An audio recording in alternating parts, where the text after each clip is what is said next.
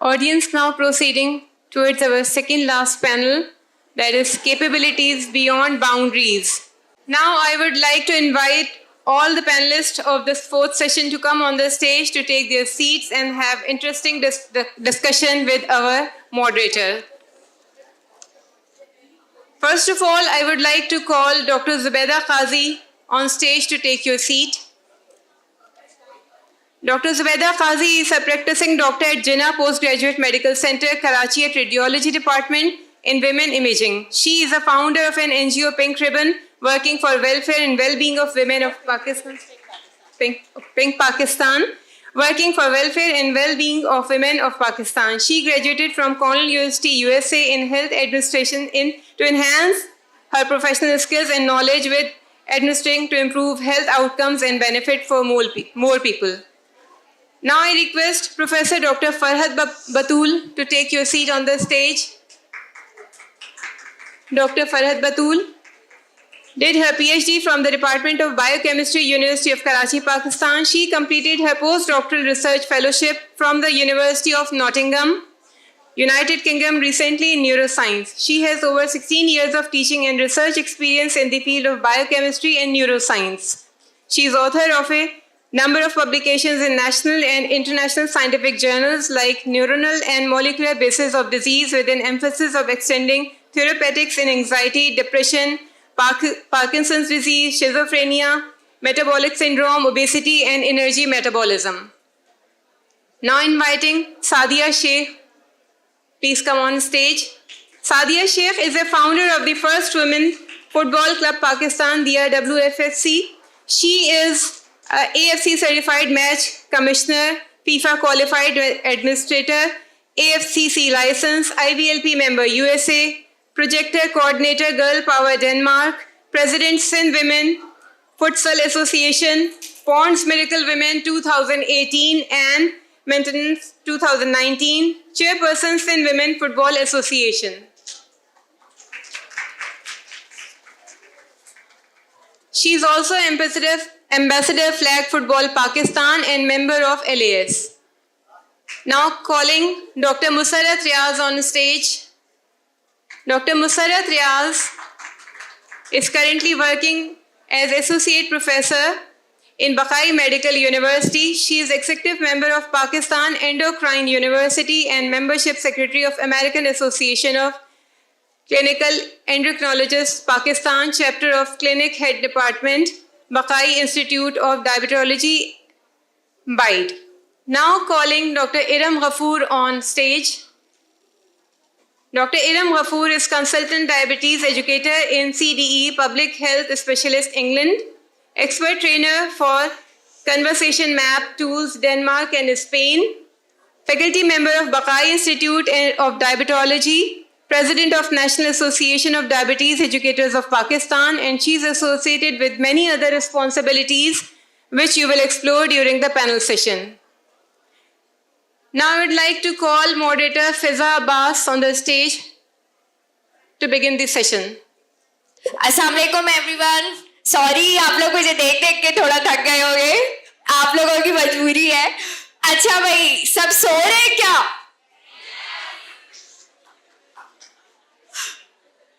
अच्छा जी, तो क्या किया जाए? अच्छा भाई, सबसे पहले तो ये सोचिए कि आप लोग यहाँ पे आज जमा क्यों हैं. ठीक है, आज हम खवातीन को सेलिब्रेट कर रहे हैं, खवातीन के दिन को सेलिब्रेट कर रहे हैं. वैसे तो वो 8 मार्च को होता है, मगर हम आज सेलिब्रेट कर रहे हैं. तो ये सोचिए कि 365 डेज जो है में से एक दिन हमें मिलता है जिसमें खवातीन को सेलिब्रेट किया जाता है. तो उस दिन तो बोरियत नहीं होनी चाहिए कि नहीं होनी चाहिए? मुझे तालियों की आवाज नहीं आ रही है.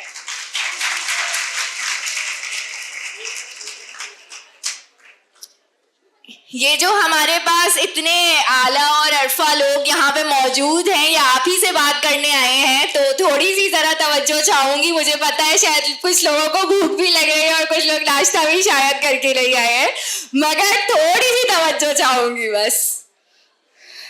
अच्छा जी, तो शुरू करते हैं. बहुत बहुत शुक्रिया आप सबका यहाँ आने का और हमें अपना कीमती वक्त देने का.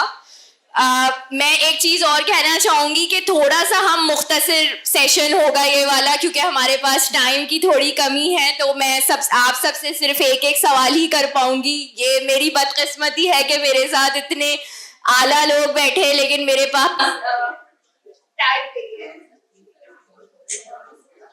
तो ठीक है, अच्छा जी, मैं सबसे पहले सवाल करना चाहूंगी। तो हमारे पास यहाँ पे मौजूद हैं डॉक्टर जुबैदा काजी। तो as the founder of Pink Pakistan and radiologist specialising in women's imaging, ma'am मेरा आपसे सवाल ये है कि आप कैसे बैलेंस करती हैं direct patient care with leading an NGO, और कौन से आपने इनिशिएटिव्स लिए हैं खवातीन की हेल्थ के हवाले से? Right, thank you so much for inviting all of us here. मुझे बहुत खुशी हो रही है कि मैं नए नए लोगों से, और स्पेशली मुझे नहीं मालूम था कि फुटबॉल में हमारे यहाँ जो है वो वुमेन जो है वो इतना काम कर रही हैं। सो एक बात हमने ये की कि पूरे साल में एक दिन वुमेन्स डे बनाया जाता है, उस पर बात की जाती है, बट अनफॉर्चुनेटली मेंस डे कोई नहीं होता। सो आई एम लुकिंग फॉरवर्ड कि यहाँ पर मेंस और वुमेन्स दोनों हैं। सो अकेले हम वुमेन एम्पावरमेंट की बात नहीं कर सकते अनटिल अनलेस कि हम जेंडर इक्विटी पे बात करें और दोनों जेंडर मौजूद हों। सो ये इसी तरह से हमारा काम भी जो एनजीओ का है, being a doctor, being a public speaker, हम जब भी बात करते हैं, पिंक पाकिस्तान बनाने का मकसद ज़रूर ये था कि पिंक रिप्रेजेंट वुमेन और हम वुमेन हेल्थ और एम्पावरमेंट पे काम कर रहे हैं। But I always try to include कि मेंस हमारे साथ ज़रूर काम कर रहे हों, बिकॉज अनटिल अनलेस कि हम दोनों जेंडर को लेके चलें, हम किसी को भी एम्पावर नहीं कर सकेंगे। सो एक ये वाली बात हमारे लिए बड़ी इंपॉर्टेंट है कि हम सेग्रीगेट करके जो है वो काम नहीं कर सकते। और बीइंग अ प्रोफेशन और अपनी पर्सनल, प्रोफेशनल और पेशेंट केयर को लेकर के वो सारी चीज़ें चलाना इस तरह से कि आप अपनी ज़िंदगी में गोल सेट करते हैं, प्रायोरिटीज सेट करते हैं, which is very very important. और जो मेरा एक आप सब के लिए एक पैगाम ये भी होगा कि अपनी ज़िंदगी को गोल ओरिएंटेड कीजिए, और उस गोल को हासिल करने के लिए जैसे बैरिस्टर साहिबा ने कहा था कि आप पुरअज़म होके चलिए, विजन लेके चलिए, अच्छे लोगों के साथ, प्रोडक्टिव लोगों के साथ, पॉजिटिव लोगों के साथ, and you'll get your towards your destination. Women के जो हमारी एनजीओ काम कर रही है, हेल्थ के ऊपर काम कर रही है, बेसिकली ब्रेस्ट कैंसर को और विमेन कैंसर्स को लेके जो हम काम करते हैं, तो उसमें बहुत ज़्यादा इंपॉर्टेंट काम हमारा जो अब तक हम बात करें अवेयरनेस के ऊपर है, जिसका बहुत बड़ा फुकदान हमारे यहाँ मौजूद है। Why awareness? अवेयरनेस इसलिए इम्पॉर्टेंट है कि जब तक आपको अपने बारे में नहीं मालूम, अपनी चीज़ों के बारे में नहीं मालूम, आपको हम हमेशा मेडिकल में पढ़ते हैं कि हमें अपनी अगर नॉर्मल नहीं मालूम तो एबनॉर्मेलिटी जो है वो मालूम करना बहुत ज़्यादा मुश्किल है। तो अवेयरनेस के थ्रू जो है हम ख़वातीन को उनकी सेहत की इम्पोर्टेंस क्या होती है, उनकी लाइफ की इम्पोर्टेंस क्या होती है। जब आपने अभी सवाल पिछले सेशन में जो मॉडरेटर ने सवाल किया जिसके ऊपर जवाब थोड़ा उनको मिल नहीं पाया था कि वो अपनी हेल्थ को किस तरह से जो है वो लेके चलती हैं अपनी प्रोफेशनल लाइफ में, तो अपनी प्रायोरिटी जो है वो अपनी हेल्थ को देना ज़रूरी है। बिकॉज़ जब आप खुद इस काबिल होंगी तभी आप अपनी ज़िंदगी को, अपने ख़ानदान को, अपने प्रोफेशन को, अपने मुल्क को, हर चीज़ को जो है वो देख पाएंगी। तो until unless you are not healthy, you won't be able to take care of anything। तो अपनी लाइफ को प्रायोरिटी दीजिए, अपने आप हेल्थ को प्रायोरिटी दीजिए। और आप कब एम्पावर हो सकेंगे? जब आप नॉलेजेबल होंगे।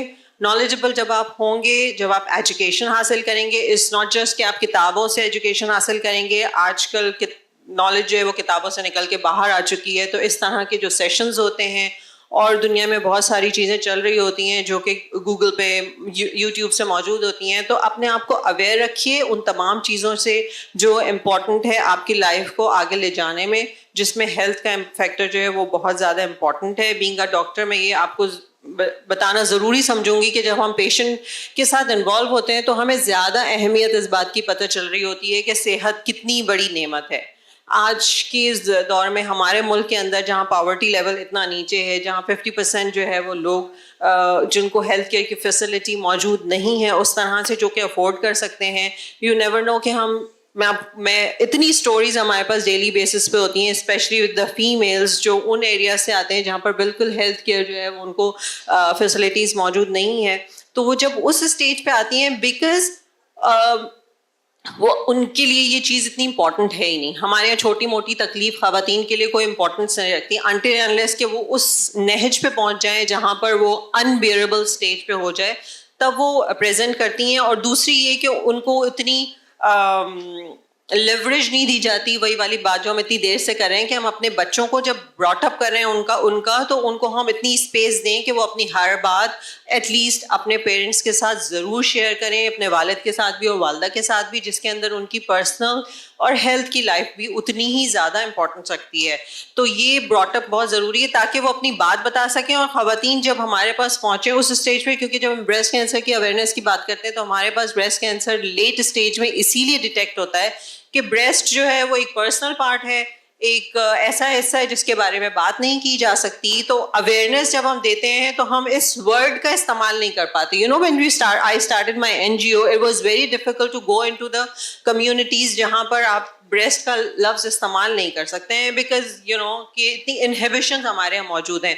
तो जब हम अपनी बच्चों को इतना फ्लेक्सिबल करेंगे कि वो आपके साथ कम्युनिकेट कर सकते हैं, चाहे वो स्कूल है, कॉलेज है, यूनिवर्सिटीज़ हैं. जब आजकल बैरियर्स ब्रेक हो रहे हैं, मैंने देखा है कि यंग जनरेशन जितनी भी हैं, जब आप लोग आपस में मिंगल करते हैं तो काफ़ी चीज़ों के ऊपर जो है वो बात करते हैं. तो डू ट्राई टू अपने लिमिट्स में रहते हुए इन तमाम चीज़ों को डिस्कस कीजिए, चाहे वो फीमेल्स हों चाहे मेल्स हों, ताकि मेल के लिए ये बड़ा इंपॉर्टेंट है कि वो हमारी सोसाइटी में इनहिबिशंस को ब्रेक करें और अपनी फीमेल्स को जो है वो इतना लेवरेज दें कि वो अपने इन टॉपिक्स पे बात कर सके, ताकि हम इन डिजीज़ के साथ हम बीइंग अ प्रोफेशनल, हम जितने डॉक्टर्स यहाँ पे बैठे हैं, हम फैसिलिटीज़ प्रोवाइड करने की जब बात आती है वो तो हम जब पेशेंट आपके पास आएगा तभी आप उसको दे सकते हैं, लेकिन पेशेंट आपके पास टाइमली आए उसके लिए बहुत ज़रूरी है कि हम इन चीज़ों को की अवेयरनेस को बढ़ाएं, एजुकेशन को बढ़ाएं और अपने आप को एम्पावर करें इन तमाम नॉलेज से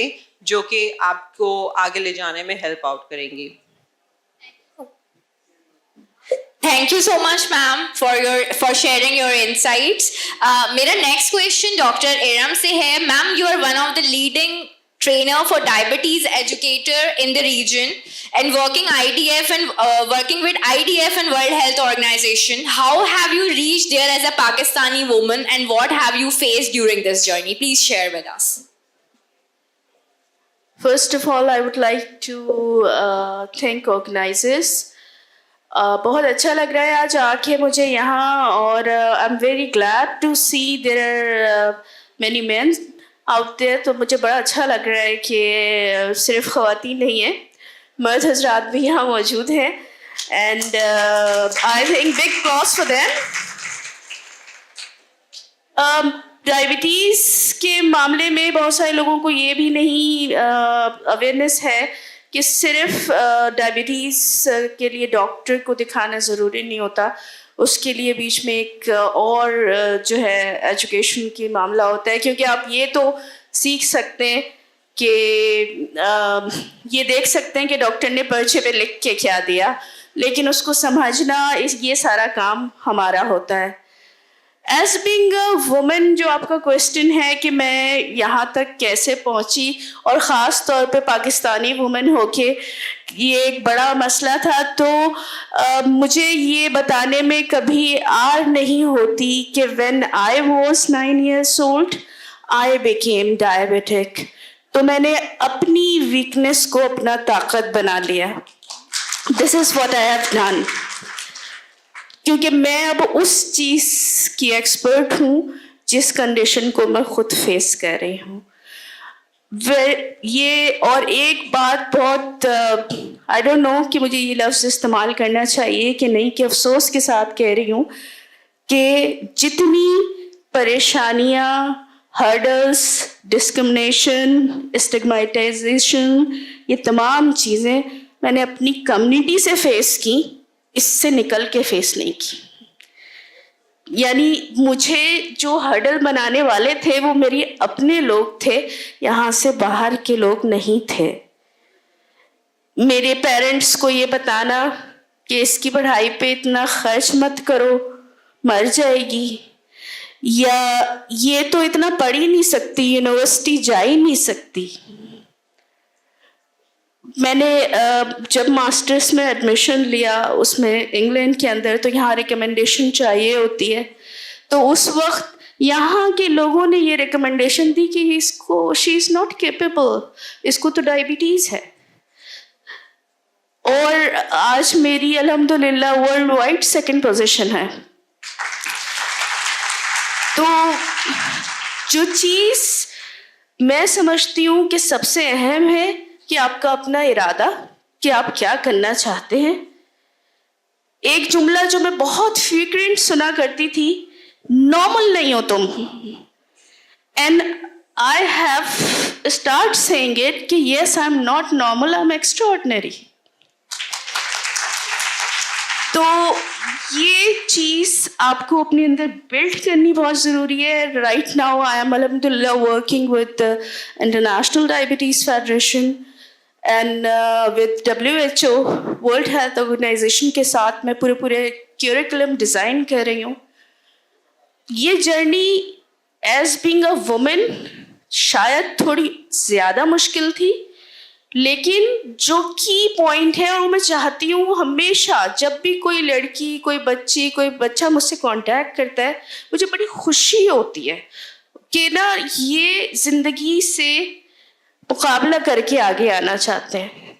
तो ऐसा नहीं था कि ये बेड ऑफ रोजेस थे ये सारी जर्नी, लेकिन मैंने स्टेप बाय स्टेप पढ़ना शुरू किया, बहुत रिजेक्शंस मिली, बहुत, और मैंने कभी उससे हिम्मत नहीं आ रही। मैंने वो काम दोबारा किया, 3 बार किया, 4 बार किया। कब तक ऐसा होगा कि मैं जो है फेलियर पे जाऊंगी। फिर मुझे टीम बहुत अच्छी मिली, मेरे अपने डॉक्टर्स बहुत अच्छे थे, मेरी फैमिली सपोर्ट बहुत अच्छी थी। जो फैमिली मेरे ब्रदर्स का खो गई, फर्स्ट टाइम पढ़ने निकली जर्मनी, खो गई, बट दे डिडंट से कि वापस आओ, नहीं आगे जाओ। तो जो सबसे अहम बात है कि as being a Pakistani women हमें डिटरमाइन होना पड़ता है, हमको इस बात का ख्याल है। लेकिन जो एक बात मुझसे पहले कुछ लोग कह रहे थे, मुझे बड़ी अच्छी लग रही थी कि ऑलवेज फॉलो योर लिमिट्स। मतलब मैं आज दुनिया में मेरे ख्याल में 26 मुल्कों को देख चुकी हूँ, ट्रैवल करती हूँ, लेकिन अगर एक बार मेरे घर में से कोई मुझे ये फैमिली से कह देता है कि ये नहीं करना है, तो वो नहीं करना है। तो आपके जो फैमिली मेम्बर्स हैं, पेरेंट्स हैं, हस्बैंड हैं, भाई हैं, तो वो लोग हैं जो आपके साथ अनकंडीशनल लव करते हैं और आपको बिल्कुल उसी तरीके से जो आपके लिए बेहतर होता है, तो हमें उसको फॉलो करना चाहिए। ये मैं अपनी एक एक्सपीरियंस शेयर कर रही हूँ। भाई मैं अगर स्पेन में हूँ और मुझे कौन देखने वाला है कि मैं कहाँ जा रही हूँ, लेकिन अगर मेरी फैमिली के अंदर कह दिया नो, तो दैट मीन्स नो। तो ये मैंने स्टेज 1 बाय 1 स्टेप लिया है, बहुत डिस्क्रिमिनेशन फेस किए, लेकिन एक चीज़ जो आप हमेशा याद रखें वो ये कि अगर आप हिम्मत करेंगे, अगर आप पॉजिटिव रहेंगे, अगर आप ये इरादा कर लेंगे कि मुझे ये हासिल करना है, तो फिर आपका रास्ता कोई नहीं रोक सकता। Thank you. Thank you so much ma'am. अच्छा, पहले मुझे आप लोग ये बताइए कि फुटबॉल किस किस को पसंद है? किसी को भी नहीं पसंद? बस इतने से लोगों को। स्पोर्ट्स किस किस को पसंद है? सबको पसंद है। चले, अभी मैम ने एक बहुत अच्छी बात कही कि जब लोगों ने मुझे कहा कि आप नॉर्मल नहीं है, तो मैंने कहा मैं नहीं हूं, मैं एक्स्ट्रा ऑर्डिनरी हूं। ऐसे एक एक्स्ट्रा ऑर्डिनरी खातून से हम आपको मिलाते हैं miss Sadia. Thank you so much ma'am.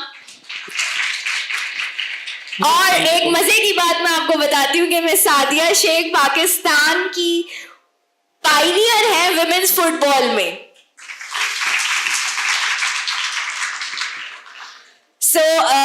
Pioneer पे सिर्फ इतनी सी तालियां, सो रहे हैं आप लोग?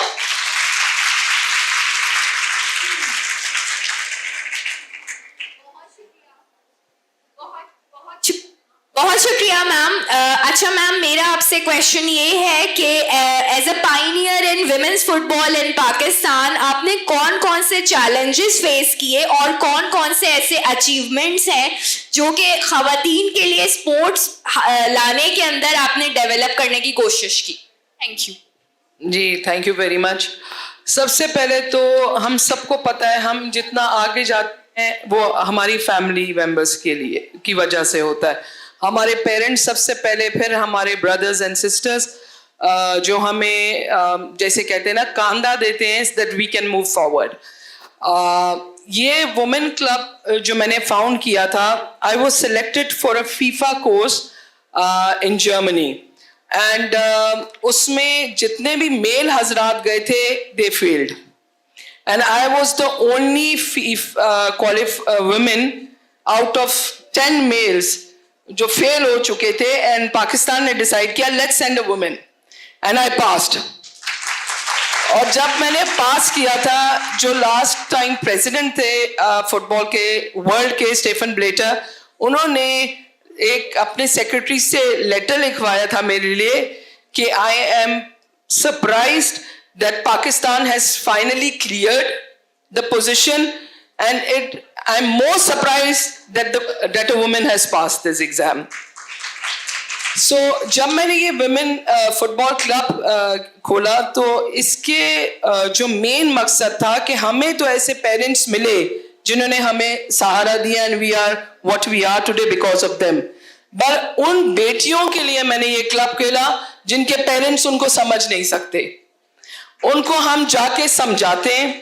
I have trained over 3,000 girls in Liari, Orangi, Kurangi and ऐसे एरियाज। हमने थरपाकर से 2 बेटियां चाइना लेके गए और थरपाकर के बारे में सब जानते हैं कि वो किस तरह का एरिया है। So the main aspect of जिसे कहते हैं ना इस क्लब का ये था बेटियों को आगे बढ़ाना जिनके पेरेंट्स या जिनको कोई नहीं सुनता। अच्छा, फेसेस जो हमें प्रॉब्लम्स फेस हुए, सबसे पहले वाज गेटिंग अ ग्राउंड जो विमेन के लिए हो सिर्फ, that is a very big issue. हम जहां पे प्रैक्टिस करते थे माजरत के साथ, जब नमाजी वहां से निकलते थे तो उन्होंने हमारा वहां पे खेलना बंद करवाया कि जी हमारी नमाज खराब होती है। इस टाइप के this is not only one issue, there are so many issues which we faced. फिर लड़कियों को बाहर लाना, एक ऑर्थोडॉक्स सोसाइटी में समझाना। जब हम जाते थे इन बच्चियों को बुलाने के लिए कि जी आपकी बच्ची सिलेक्ट हुई है सिंध के लिए या पाकिस्तान खेलने के लिए, तो आप यकीन करें एक पेरेंट्स के अलावा हमें पूरे दादा दादी चाचा चाची ये सब बैठे होते थे हमारे आगे, और ये स्टिल हो रहा है। यहाँ पे आज भी ऐसे इलाके हैं जहाँ पे विमेन को यकीन माने या गर्ल्स को वो एम्पावरमेंट नहीं मिल रही जिसके वो काबिल है, और इसके लिए फाइट करना इट्स वेरी वेरी। और हमारा क्लब में सबसे बड़ी बात ये कि वाकई it's a women football club जिसमें आपको कोचेस विमेन मिलेंगी, प्रेसिडेंट विमेन मिलेगी, फिजियोथेरेपिस्ट विमेन मिलेगी टू एम्पावर विमेन। और जहां पे ब्रांचेस खोली हुई है इंटीरियर अर्बन सिंध में, उसमें भी आपको विमेन मिलेंगी ताकि बच्चियों को एक सेफ माहौल मिल सके। और जब पेरेंट्स आके वहां पे अपनी बच्चियां छोड़ते हैं तो उन्हें ये प्रॉब्लम ना हो कि भाई हमारी बच्ची कहाँ जा रही है और किसके साथ जा रही है। इसके अलावा आई हैव माशाल्लाह अचीवमेंट मेरी ये है कि 18 पाकिस्तानी इंटरनेशनल वुमेन फुटबॉलर्स बनाई हैं मैंने। रिसेंटली एक्स वुमेन पाकिस्तान की captain Hajra Khan was from my club.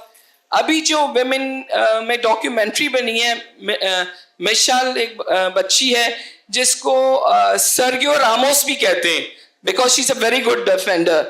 सो मैं चाहती हूँ ये चलता रहे, और हम रिक्वेस्ट करते हैं कि जो बच्चियां आके हमें ज्वाइन करना चाहती हैं as volunteer as workers, they are most welcome. Thank you.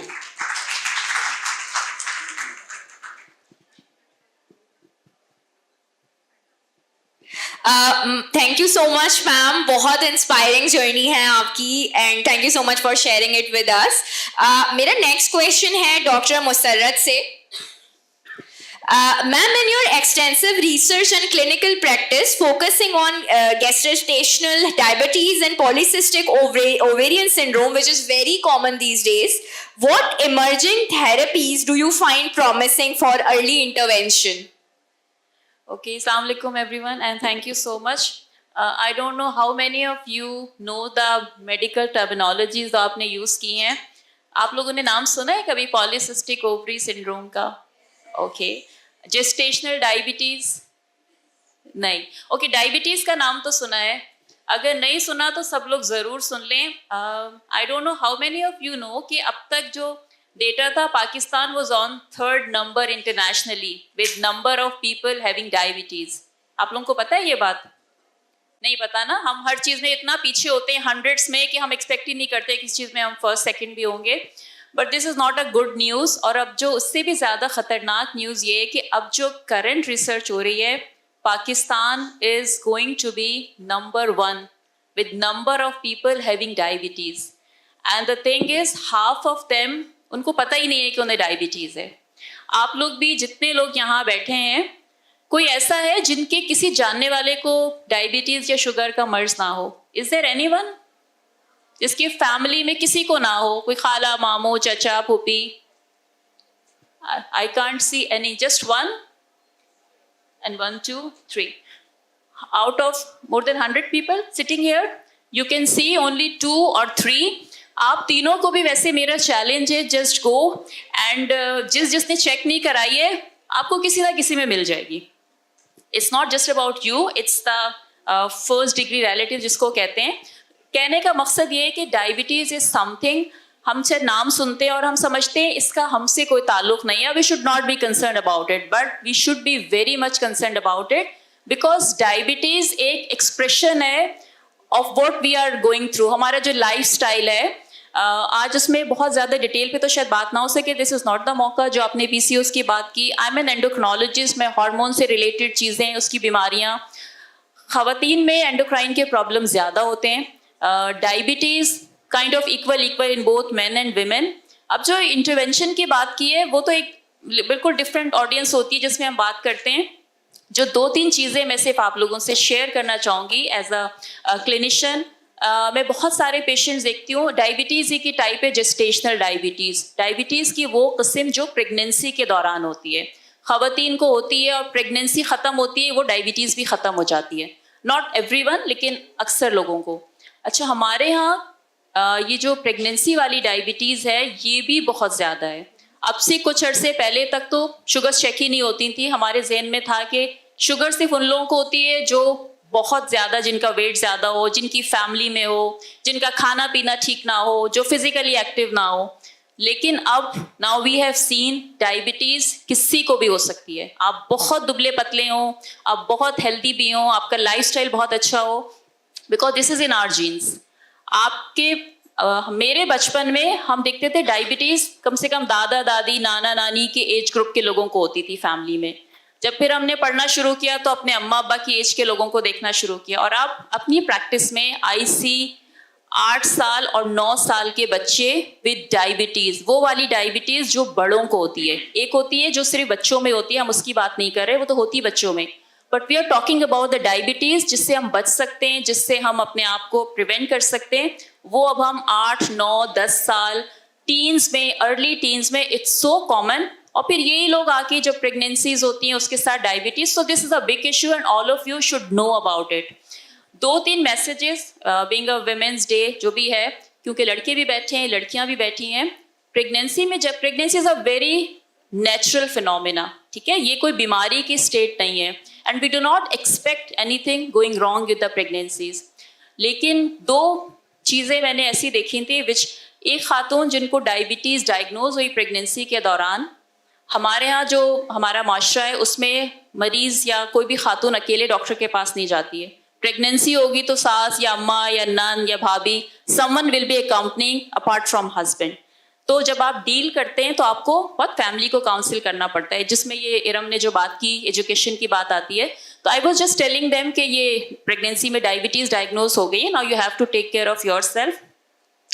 And on the next occasion when I had that patient, मुझे पता चला उनके फैमिली ने उन खातून को डिवोर्स दे दी थी just because she was diagnose with having diabetes in pregnancy, and they thought कि हमारी जो नई नस्ल है उसमें ये डायबिटीज़ आ जाएगी, ये सारा कसूर उन खातून का है, जिसमें उन खातून का कोई कसूर भी नहीं था. But this was something very eye opening for me, and at that day I realised कि जब हम बात करते हैं पेशेंट से तो वी नीड टू नो उनके साथ कौन है और हमारा मैसेज वो किस सेंस में ले रहे हैं.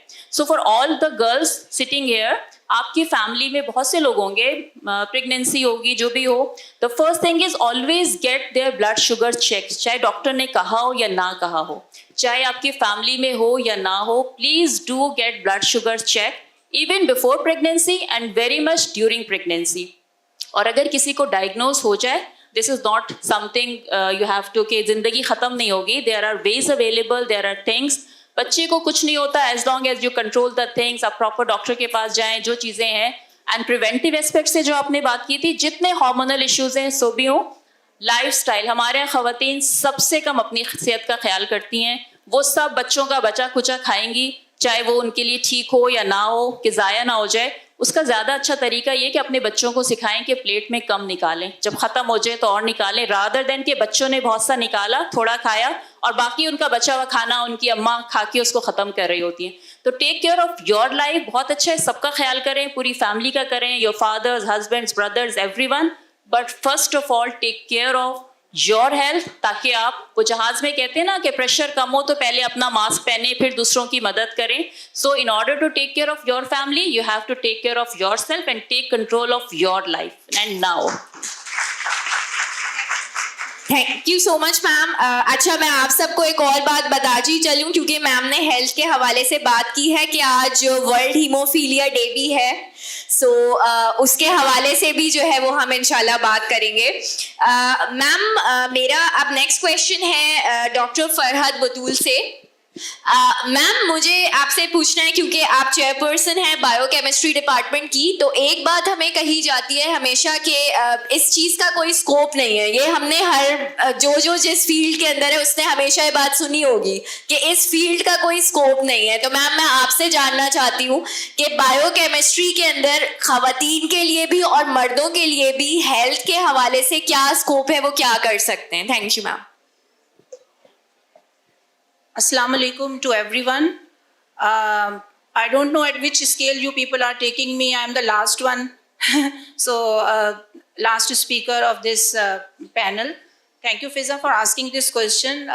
जो question आपने मुझसे किया है, I am also, I have gone through the same question. When I have completed my master from the University of Karachi, Department of Biochemistry, तो उस वक्त भी मैंने इस question का सामना किया कि भाई आपने ये किस सब्जेक्ट में कर लिया है और आप फार्मेसी में कर लेते या आप डॉक्टर बन जाते, या तो मतलब मैंने उस सवाल का जवाब किसी किताब से नहीं ढूंढा, और मैंने ये जो मेरा जर्नी है यही उसका आंसर है. और ये जो मेरी स्ट्रगल है, जो मुझे मतलब एक कंप्लीट जर्नी, जो आपको एक डेस्टिनेशन पे, डेफिनेटली हम कभी भी ख़ुद को कंप्लीट या परफेक्ट तो नहीं समझते, लेकिन जब आप अपने कैरियर के उस मकाम पे पहुंच जाते हैं, जब then you can say that you can get that answer कि आप कोई भी फील्ड, मैं नहीं समझती कि उसकी कोई वैल्यू ना हो या उसका कोई स्कोप ना हो, बट आपकी हार्डशिप, आपकी कंसिस्टेंसी, आपकी ऑनेस्टी, ये 3 चीज़ें बहुत इम्पॉर्टेंट हैं आपको अपने कैरियर में सक्सेसफुल बनाने में.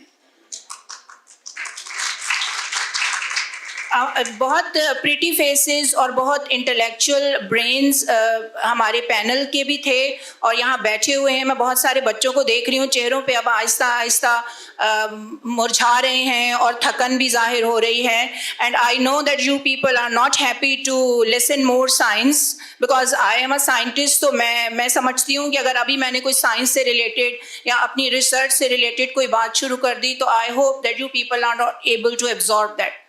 तो मैं थोड़ा सा, अगर आप लोगों की इजाजत हो तो मैं आपके अपनी तालियों से बताइए कि ऐसा नहीं है गाइस. तो थोड़ा सा मैं चाहूँगी कि देखिए, आपको हर पैनलिस्ट ने कोई ना कोई टेक होम मैसेज दिया है, और आप उस टेक होम जब आप जाएं तो आई होप कि you have something in your brain कि आपने यहाँ से एक प्रोडक्टिव स्टेटमेंट अपने ब्रेन में क्या रिटेन की, या आपकी जो मेमोरी है उस कंसोलिडेशन उसकी कितनी % थी. So I hope, I am not going to give you more lesson और कोई और नसीहत, लेकिन मैं चाहती हूँ मैं थोड़ा सा रिफ्रेश कर दूँ कि थोड़ा सा अपार्ट फ्रॉम न्यूरो साइंटिस्ट थोड़ा सा पोइट्री का भी शौक रखती हूँ. तो मैं चाह रही हूँ कि 8 मार्च को ख़वातीन का आलमी दिन होता है. एक ज़माने में आर्ट्स काउंसिल से बहुत राब्ता रहा, तो उस ज़माने में लिखी गई एक नज़्म 2017 में, वो मैं चाह रही हूँ कि मैं आप लोगों की खिदमत में पेश करूँ. आई होप कि ये एक मैसेज ही है, क्योंकि हम औरत के सफ़र की बात कर रहे हैं और औरत का सफ़र कभी ख़त्म नहीं होता.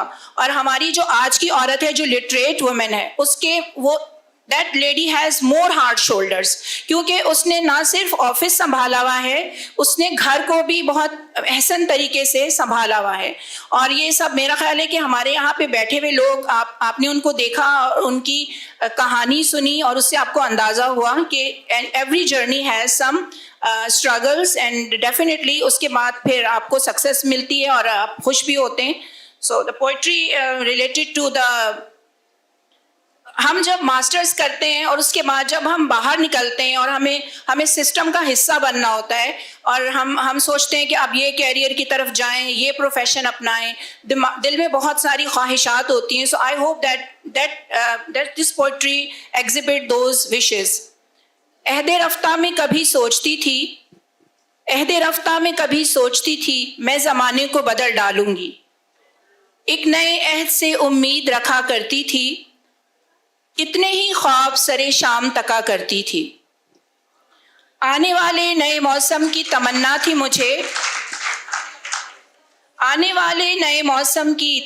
थी मुझे, रोज एक फूल दरीचे में रखा करती थी. बंद मुट्ठी में शफक रंग सितारे भरकर हर तरफ रोशनी करने का हुनर रखती थी. किस कदर सादा दिली थी मेरी, शहरे एहसास में शीशे का बदन रखती थी.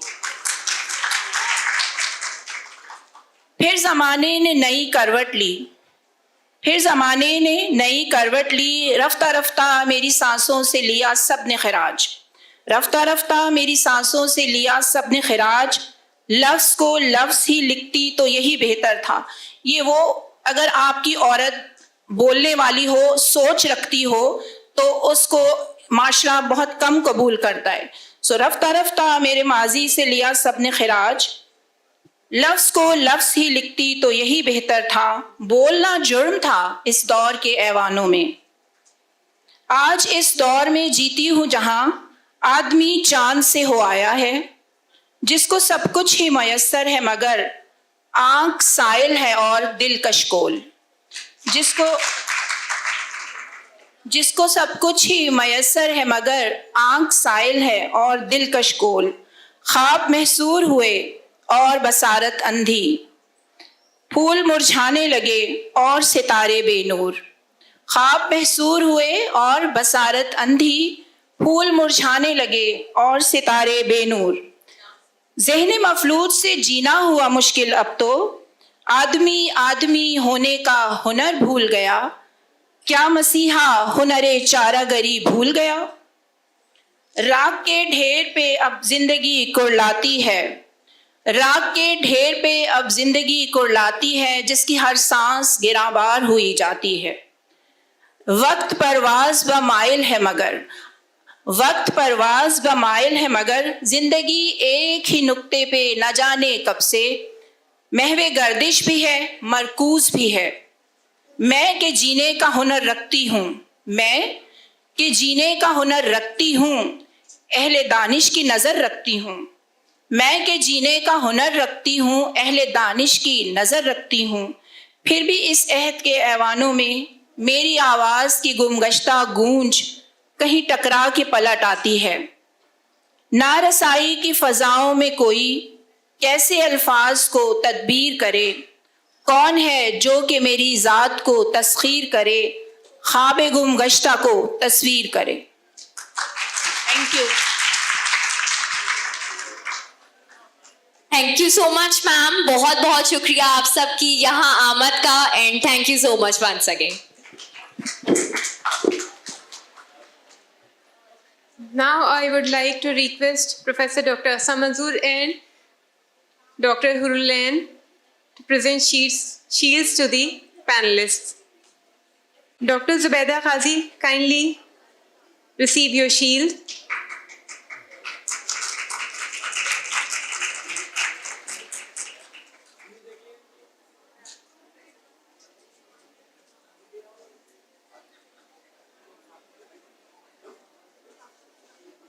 Professor Dr. Farhad Batul, kindly receive your shield.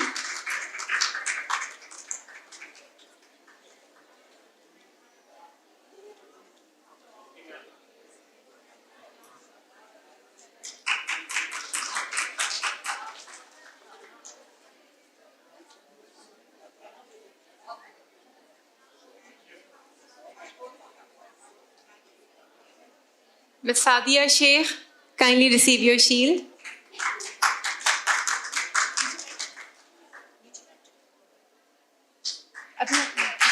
बच्चों, जब आपको शील्ड मिल रही होती है, आपके टीचर्स तालियां बजाते कि नहीं बजाते? तालियों की आवाज क्यों नहीं आ रही है मुझे?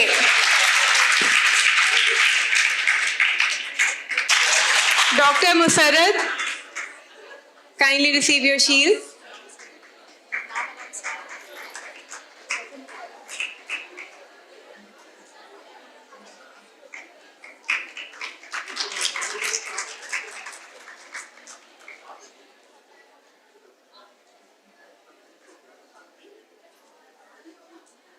Dr. Iram, kindly receive your shield.